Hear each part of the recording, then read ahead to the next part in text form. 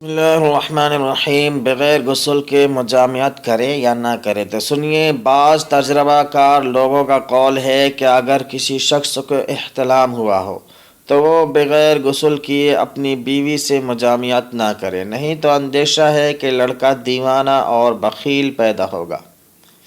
اسی طرح ایک بار صحبت کر چکنے کے بعد پھر دوبارہ اسی وقت صحبت کی خواہش ہو تو فریقین بعد غسل دوبارہ مصروف ہوں۔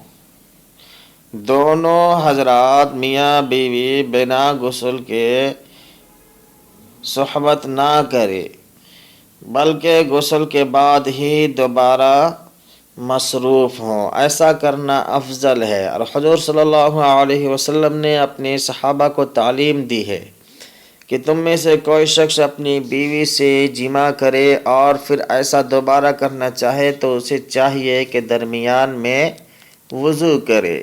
مسلم اور ابو داؤد کی روایت۔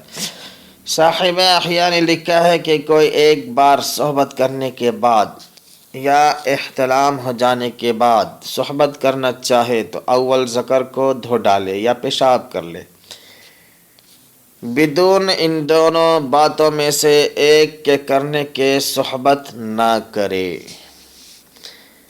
تو بھائیو، آپ سے گزارش ہے چینل کو سبسکرائب کر دیں۔ السلام علیکم۔